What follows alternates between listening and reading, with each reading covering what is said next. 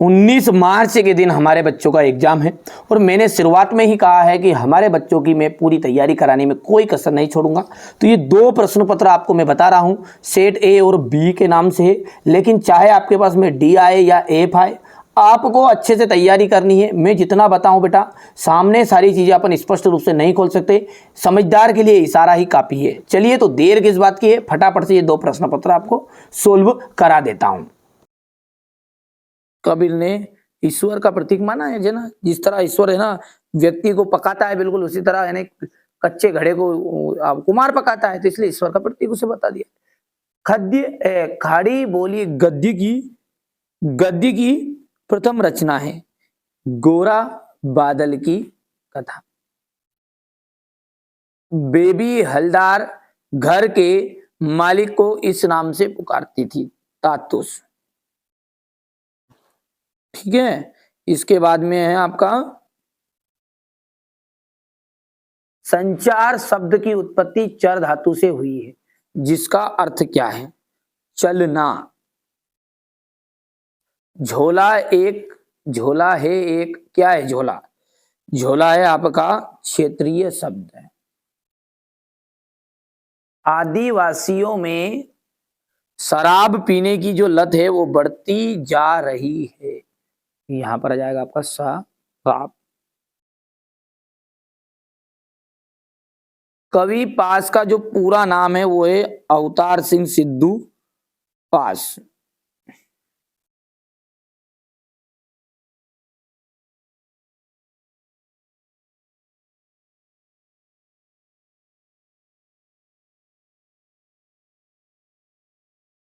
संधू पास है वो।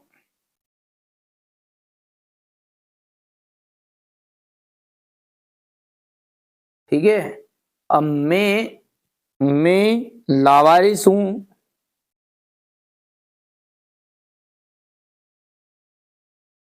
ये दबे हुए आदमी ने मुश्किल से कहा। मरुभूमि रेत की सतह के नीचे खड़िया पत्थर की एक पट्टी चलती है। खड़िया।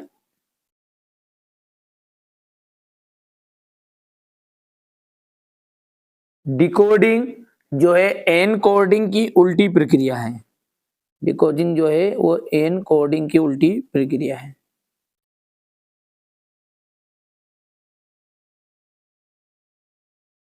वो आदि कवि वाल्मीकि कृत रामायण एक क्या है? महाकाव्य है।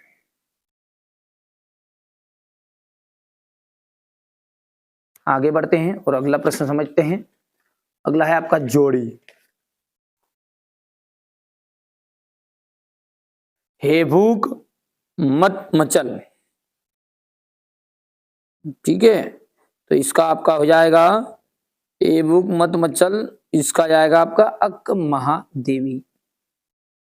आ बेट उन्हीं के ठिए पर। राजस्थान की रजत बूंदे अनुपम मिश्र। यूएसआई दैनिक समाचार एजेंसी। ठीक है, मुक्तक छंद। मुक्तक जो छंद है वो आपका जाएगा केचुआ छंद। तुम घर मत आओ जाओ, तुम घर मत जाओ, इसका जाएगा निषेध वाचक वाक्य। अंदर बाहर का जाएगा शब्द युग्म। हो गया। अब पद्मावत किस कवि की रचना है? पद्मावत जो है वो है मलिक मोहम्मद जायसी।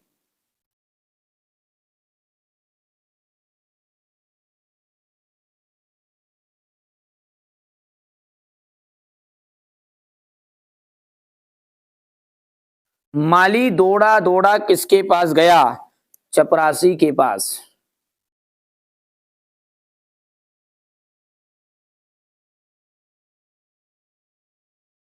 अजंता की दीवारों पर बने चित्रों को किसने बनाया? बौद्ध भिक्षुओं ने।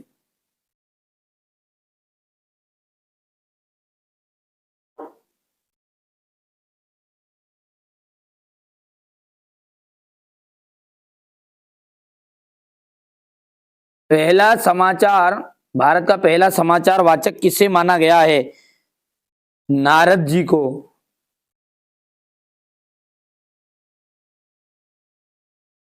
कवि, किस कवि की पहचान एक भीम धर्मी के रूप में मिलती है? शमशेर सिंह बहादुर, ये पांचवा आ जाएगा आपका,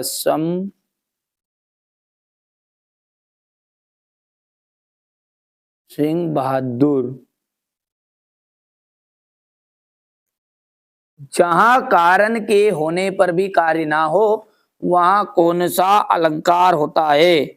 जहां कारण ना होने पर भी कार्य ना हो, सॉरी, जहां कारण है फिर भी कार्य नहीं हो रहा है तो वहां होता है विशेषोक्ति अलंकार।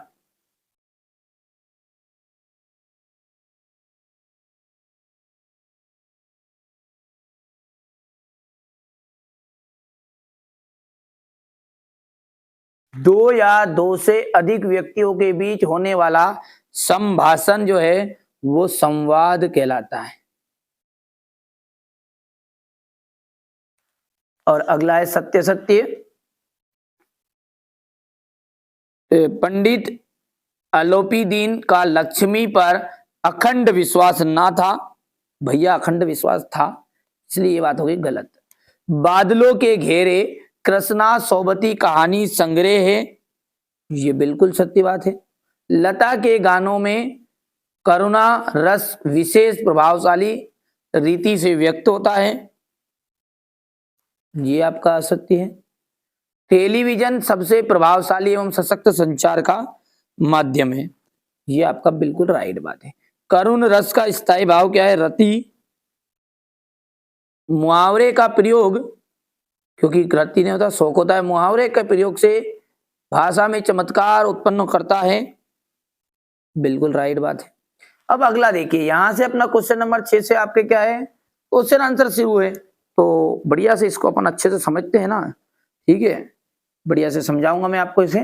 ये कॉपी में सॉल्यूशन है ना, चलिए ये देखिएगा। यहां पर भक्ति काल को हिंदी साहित्य का स्वर्ण युग क्यों कहा जाता है?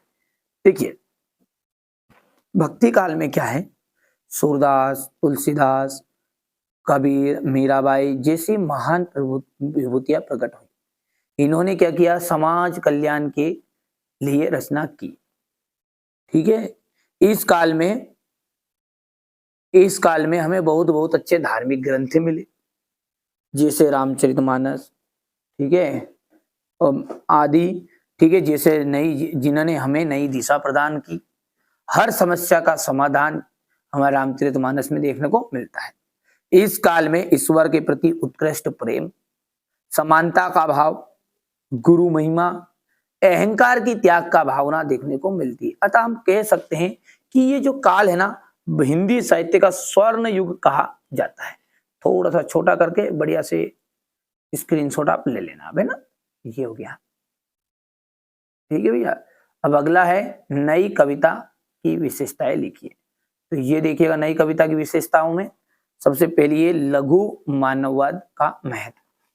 तो नई कविता में मानव के जीवन को महत्व मानकर उसे अर्थ पूर्ण दृष्टि प्रदान की है। प्रयोगों की नवीनता, इस युग में कविता में नए नए भावों को प्रस्तुत किया है। बिंब की खोज,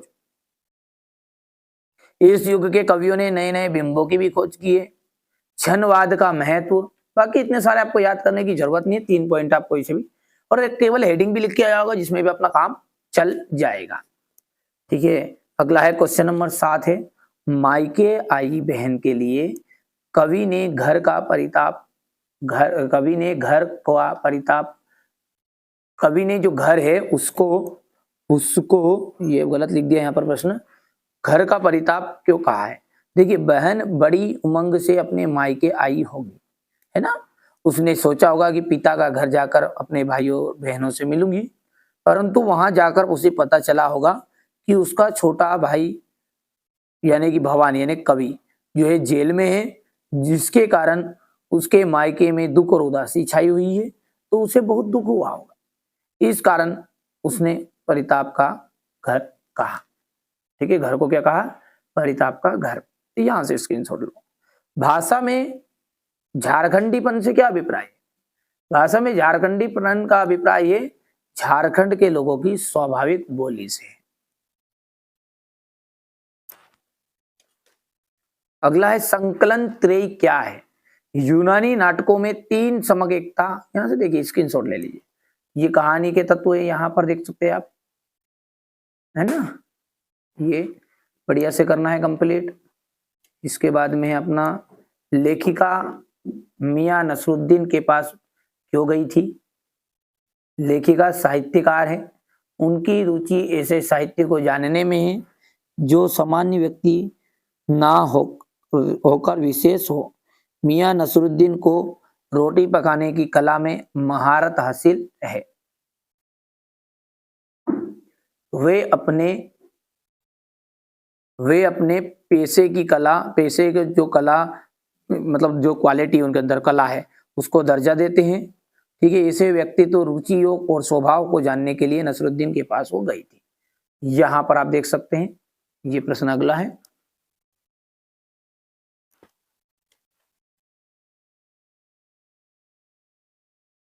यहां से हो गया है क्वेश्चन नंबर जो 10 है, इसको आप देख लीजिए।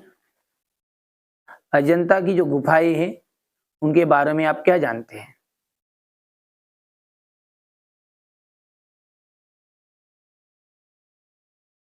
हो गया इतना? कुएं का मुंह छोटा क्यों रखा जाता है ना? ये देख लीजिए, स्क्रीनशॉट ले लेना यहां से आप, बढ़िया से कंप्लीट करो, है ना। आप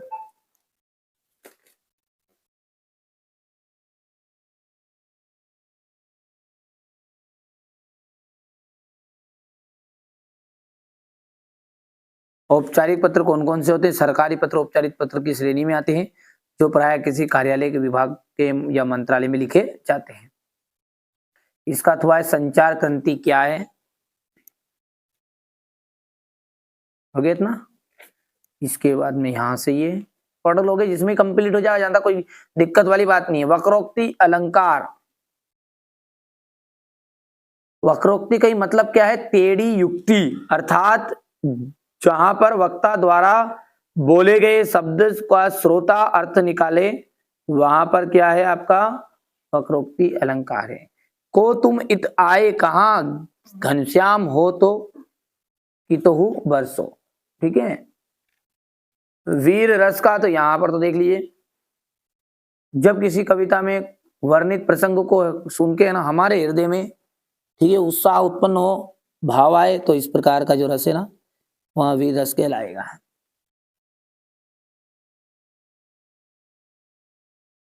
उदाहरण लिख सकते हैं, सिंहासन हिल उठे, राजवंशों ने भ्रुकुटी तानी थी, बूढ़े भारत में आई फिर से नई जवानी थी, बुंदेले हर बोलो के मुख से हमने सुनी, कहानी थी खूब लड़ी मर्दानी, वो तो झांसी वाली रानी थी। यहां से देखिए गजल आ जाएगा, बगला है, हो गया। इसके बाद में ये यहां से इसका थोड़ा, ये क्वेश्चन नंबर आपका 14 है।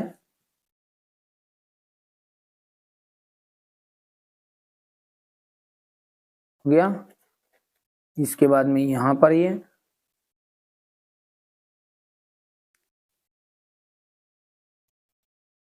निपात शब्द किसे कहते हैं, स्पष्ट कीजिए।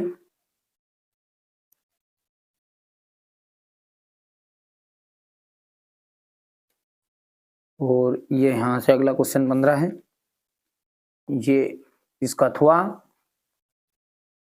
अवतार सिंह सिद्धू पास अथवा कबीर का काव्यगत परिचय बताना है। जीवन परिचय यहां से देख लीजिए।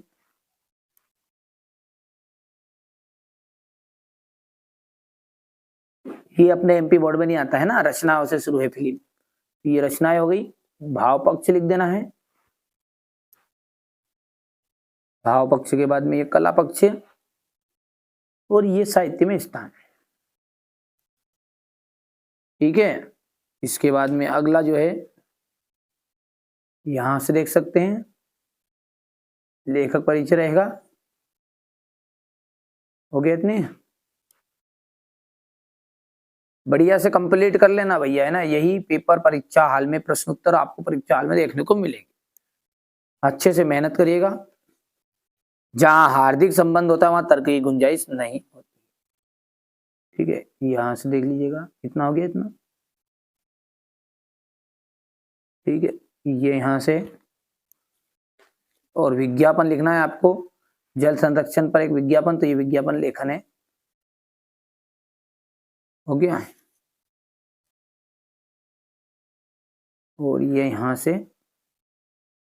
पठित गद्यांश बताने हैं। तो ये क्वेश्चन नंबर जो 19 है, इसको मैं आपको बता देता हूं कैसा रहेगा। ये आपका ये प्रश्न नंबर 19 है, यहां से हो गया, इतना है ना। इसके बाद में आपका ये क्वेश्चन नंबर 19 के बाद में इसका अथवा जो रहेगा, ये प्रश्न है आपका, ये क्वेश्चन नंबर 19 के उपयुक्त गद्यांश का शीर्षक लिखिए। मनुष्य कैसा प्राणी है? तो देखिए, सच्चा मित्र हो गया, मनुष्य एक सामाजिक प्राणी है। ठीक है, ये मित्र समाज से अलग होकर किसके अस्तित्व की कल्पना नहीं कर सकते, तो मनुष्य के अस्तित्व की कल्पना नहीं कर सकते। ये यहाँ से देख सकते हैं। ठीक है, ये हो गया। और यहाँ से ये क्वेश्चन नंबर 20, ठीक है भैया। और ये इसका हुआ, यहाँ तक 20 तक तो देखो आप पहले, ये 19 हो गया है। 19 का ये भावार्थ का स्क्रीनशॉट लो यहाँ से, ये इसका अथवा, ये 19 का अथवा है ना, यहां से देख लीजिए इतना आगे। और ये क्वेश्चन नंबर 20, ये व्याख्या हो गई इतना। इसके बाद में इतने आ जाएगी यहां से,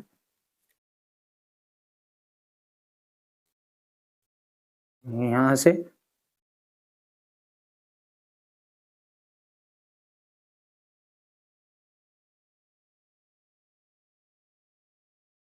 बीस के बाद में क्वेश्चन नंबर जो 21 है, उसको देखिए आप, यहां से देख लीजिए, ये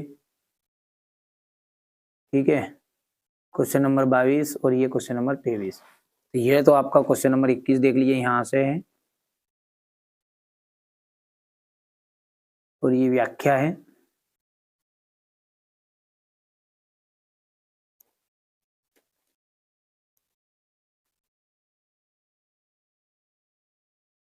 हो गया।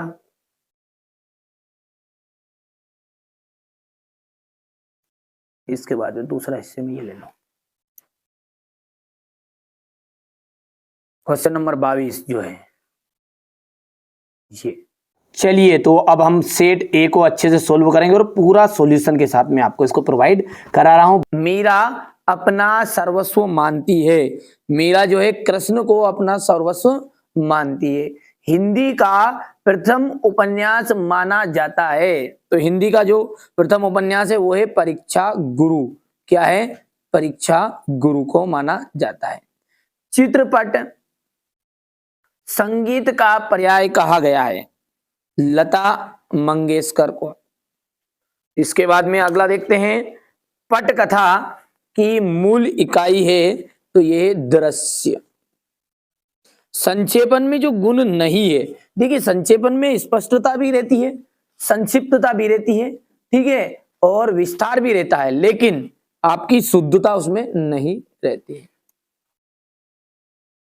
अगला है, भवानी प्रसाद मिश्र अपने पिता के कौन से पुत्र थे? तो हो जाएगा 5 वे।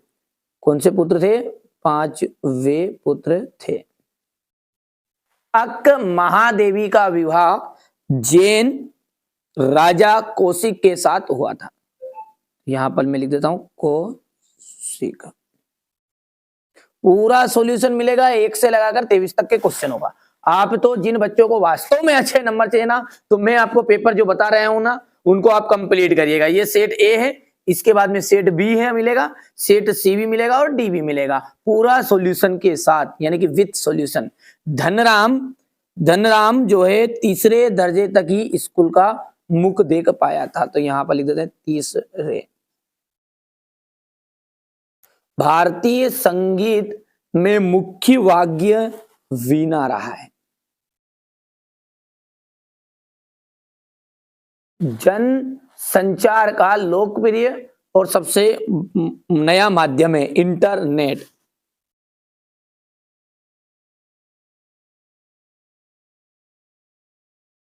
इंटरनेट। काव्य में बिंब को शब्द चित्र माना जाता है।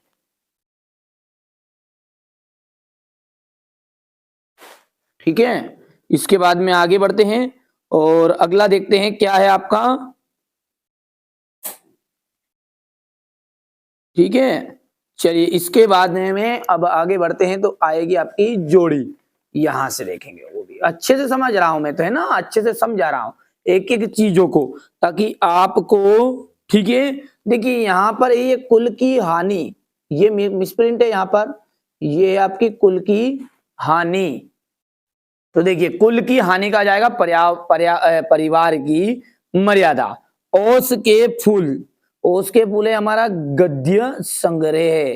ठीक है, गरबा, गरबा कहां पर प्रसिद्ध है, ठीक है, गुजरात में, है ना।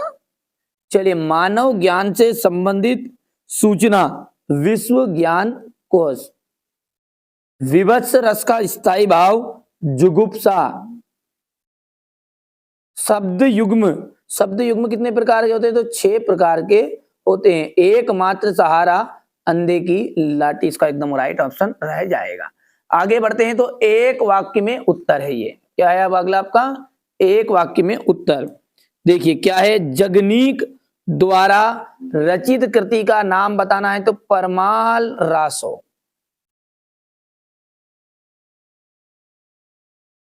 ठीक है, दूसरी बार लॉर्ड कर्जन के भारत आने से कौन प्रसन्न ना थे, तो लॉर्ड कर्जन के भारत आने से जो भारतवासी थे ना, वो प्रसन्न नहीं थे, भारतवासी। आलो आदरी किस भाषा का शब्द है, बंगाली भाषा का शब्द है।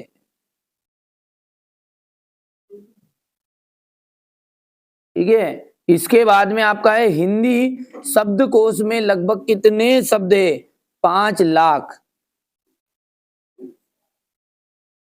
5 लाख है। ठीक है, बिंब का जो शाब्दिक अर्थ है वो क्या है, मूर्तस्व रूप प्रदान करना। ठीक है, तो ये हो जाएगा मूर्तस्व, इसका जाएगा मूर्तस्व रूप प्रदान करना। ठीक है, मूर्तस्व रूप, मूर्तस्व प्रदान करना।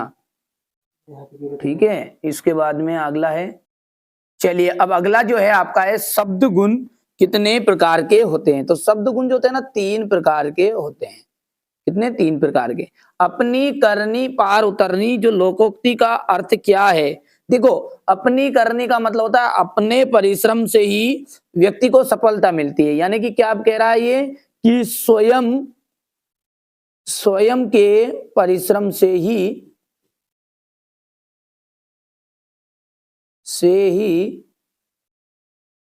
सफलता मिलती है।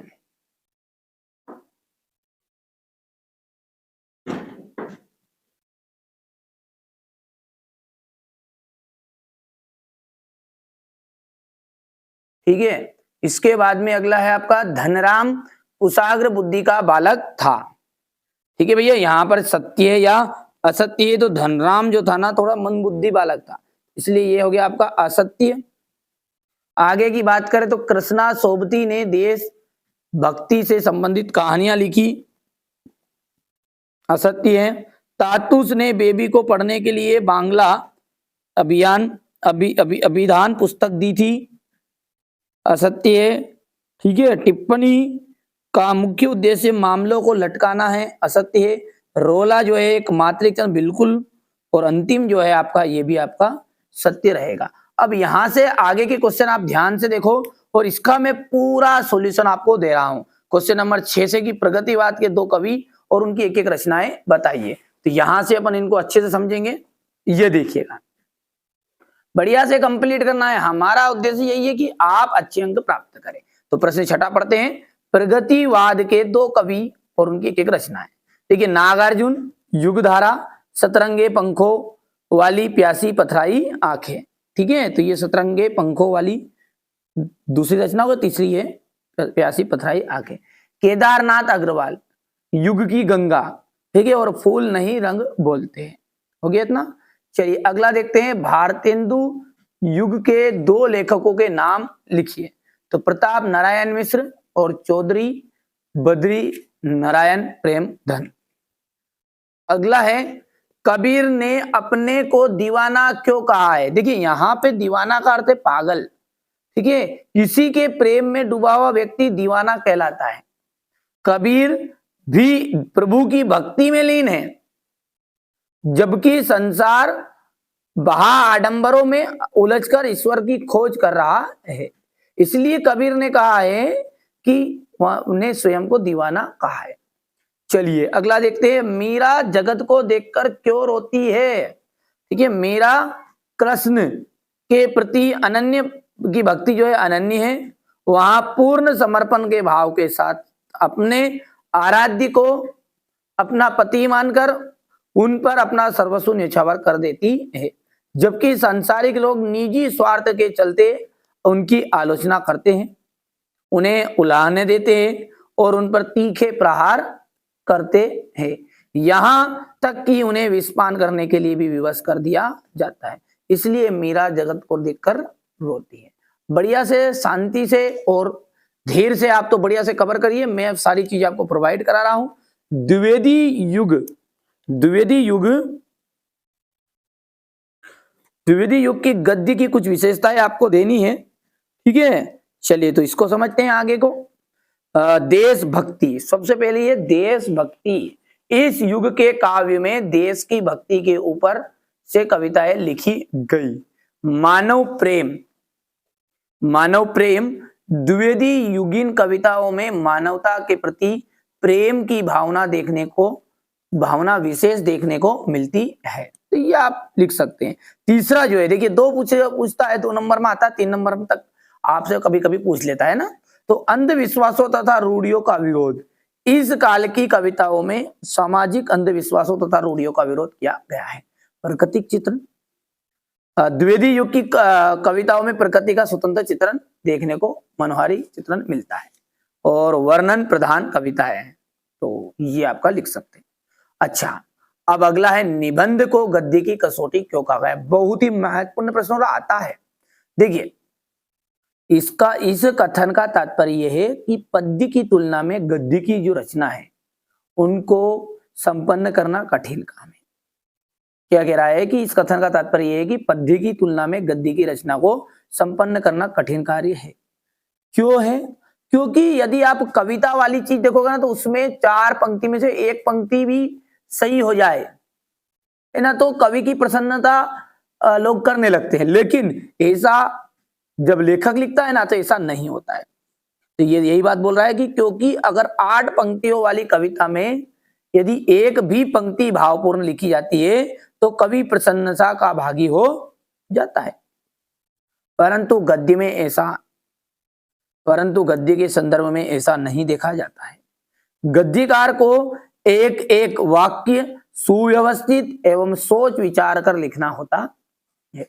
उसी स्थिति में ही गद्यकार की प्रशंसा के योग्य होता है। गद्य में निबंध लेखन बहुत ही कठिन कार्य है। निबंध को स्वरुचिपूर्ण, आकर्षक एवं व्यवस्थित होना चाहिए, इसलिए निबंध को गद्य की कसौटी कहा गया है। तो यहां से आप बढ़िया से स्क्रीनशॉट ले लो, जितना हो सकता है मैंने समझाने का प्रयास किया है ताकि आप याद भी कर सको, कोई दिक्कत नहीं, इतना कठिन प्रश्न भी नहीं। अगला है, शिव शंभू की 2 गायों की कहानी के माध्यम से लेखक क्या कहना चाहता है। तो यहां से आप इसको कंप्लीट कर लेना।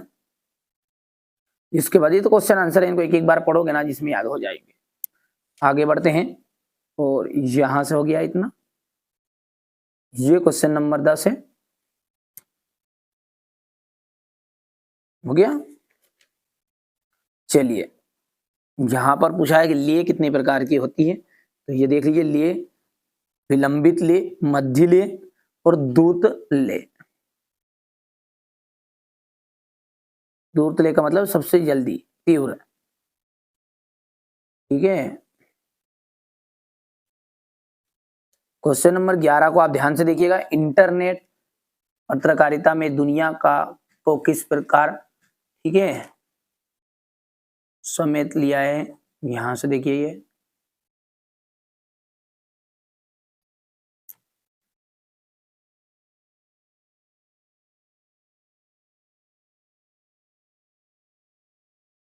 और पटकथा लिखते समय किन किन बातों का ध्यान रखना चाहिए। जैसे 5 पॉइंट बच्चों ने लिख दिए, 2 से 3 पॉइंट आप कर लो जिसमें काम हो जाएगा। देखिए ये प्रश्न तो आपको पता ही है, 10th में भी आता है, 9th में आता है, 12th सबको ये पता है ना। तो महाकाव्य और खंडकाव्य में अंतर, यहाँ से स्क्रीनशॉट ले लो। आप क्या पढ़ो इसको तो भर बच्चे जानता है महाकाव्य और खंडकाव्य का अंतर को तो। ठीक है, ये हो गया इतना।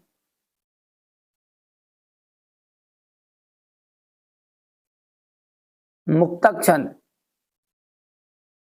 यहाँ एक विषम छंद है, छंद मात्राओं का वर्णों का प्रतिबंध नहीं होता। इसमें नाद तथा ताल के आधार पर पंक्ति के लेखा विधान कर गतिशील बनाने का अनुग्रह किया जाता है, यही मुक्तक छंद कहलाता है।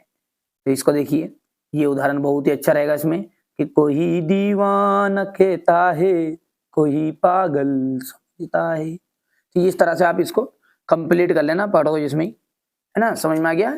ये मुक्तक छंद है। और लक्षणा शब्द शक्ति की परिभाषा, शब्द के मुख्य अर्थ में बाधा होने पर उसके सहयोग से रूढ़ि अथवा प्रयोजन के आधार पर अर्थ लक्षित कराने वाले शब्द शब्द शक्ति लक्षणा कहलाते हैं। यहां से देखिए प्रसाद गुण की परिभाषा,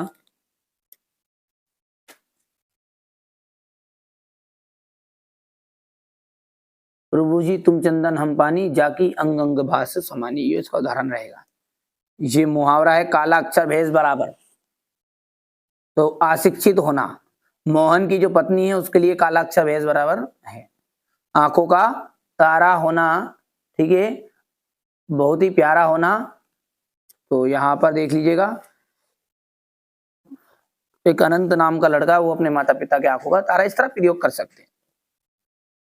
राजभाषा की विशेषता लिखिए। देखिए राजभाषा क्या है, सरकारी कामकाज की भाषा है, यह शिक्षा के माध्यम में प्रयोग की जाती है, यहाँ रेडियो दूरदर्शन के प्रयोग में की जाती है। राजभाषा की राष्ट्रीयता की भावनाओं को बल मिलता है, हो गया ना। इसके बाद में निर्देशानुसार वाक्य परिवर्तन,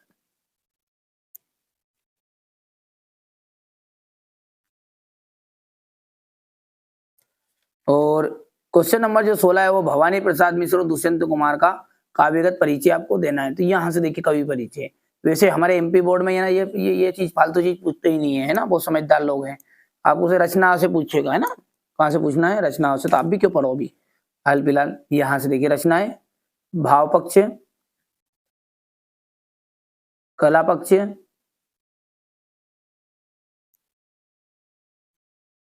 और ये साहित्य में स्थान।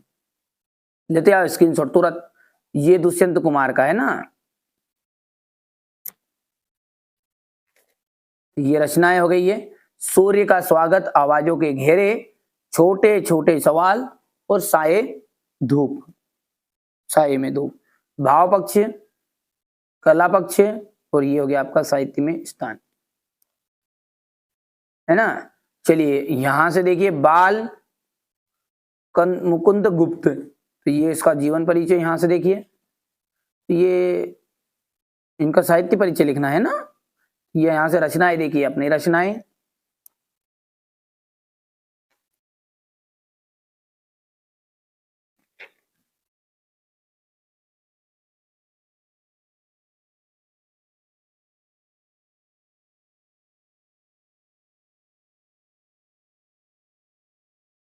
ये भाषा हो गई है, ये शैली, और ये साहित्य में स्थान। चलिए इसके अथवा वाला प्रश्न ये है आपका, समय किसी के लिए नहीं रुकता, इस पर आपको अनुच्छेद लिखना है। तो देखिए समय निरंतर बीतता रहता, अनुच्छेद का मतलब क्या होता है, थोड़ी बहुत बातें आपको लिखनी है कि समय निरंतर बीतता रहता है, कभी किसी व्यक्ति के लिए नहीं ठहरता। जो व्यक्ति समय के मोल को पहचानता है वहां जीवन में उन्नति प्राप्त करता है।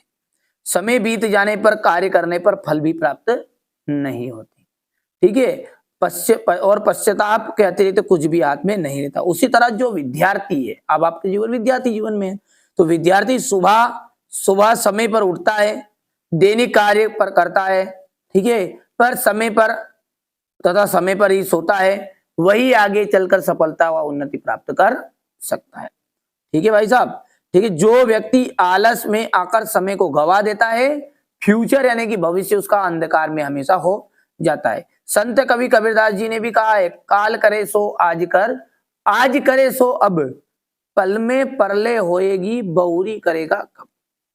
यानी समय का एक एक पल जो है बहुत मूल्यवान है और वहां बीता हुआ पल वापस लौटकर नहीं आता। इसलिए समय का जो महत्व है उसको पहचानना चाहिए और प्रत्येक विद्यार्थी को नियमित रूप से अध्ययन भी करना चाहिए और अपने लक्ष्य की प्राप्ति करनी चाहिए। ठीक है, जो समय बीत गया उस पर अब, ठीक है, उस पर वर्तमान समय को बर्बाद ना करके आगे की सुध लेना ही बुद्धिमानी होती है। ठीक है भैया, चलिए आगे बढ़ते हैं और क्वेश्चन नंबर जो 19 है इसमें देख लीजिए आप, प्रश्नों को मैं आपको बताना पड़ेगा पहले, यहां से देखिए आप, ये है आपका क्वेश्चन नंबर 19, ये हो गया। ये ज्ञान राशि से संचित नाम का ही साहित्य है। तो ये आपका प्रश्न के अनुसार उत्तर है, ज्ञान राशि से संचित नाम का, ये बाकी और यहां पर बचा हुआ है। पहला प्रश्न है कि ज्ञान राशि से संचित कोष का नाम क्या। अच्छा, ये जो पूरे बड़े बड़े क्वेश्चन है ना, इनको मैं आपको एक सेपरेट वीडियो में और अलग से कवर करूंगा, है ना। यहाँ पे तो थोड़ा सा सॉल्यूशन दे रहा हूँ जल्दी जल्दी, है ना। ज्ञान राशि संचित नाम का जाएगा, देखिए साहित्य है। ठीक है, अगला दिया है उसने कि समाज का सर्वोत्तम फल है साहित्य। साहित्य किसे कहते हैं, तो ज्ञान राशि संचित कोष का नाम ही साहित्य हो गया है। ये सबका हित अगला फलाना ढिमका शीर्षक साहित्य हो गया है। सारांश पूछा तो ये सारांश कर देना आपको।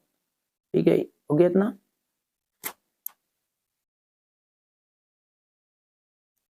ये और ये अथवा वाला है, युवक नहीं जो देख संकटों को डर जाता, यहाँ चकोर ही नहीं जो अंगार ना खाता। बलिदानों का पंत नहीं जिसने पहचाना, अरे कह देगा यहाँ कौन है वहां भी है परवाना। उसने रक्त की धार जवानी मांग रही और वीरोचित श्रृंगार जवानी मांग रही। तो ये इस तरह से बलिदान कौन देता है, तो बलिदान, ठीक है, जोश से युक्त तथा संकटों के भय से मुक्त व्यक्ति ही बलिदान दे सकता है। फिर दूसरा क्वेश्चन है आपका यहाँ पर कि संकटों को से कौन नहीं डरते, तो युवक नहीं डरते हैं। ठीक है, उस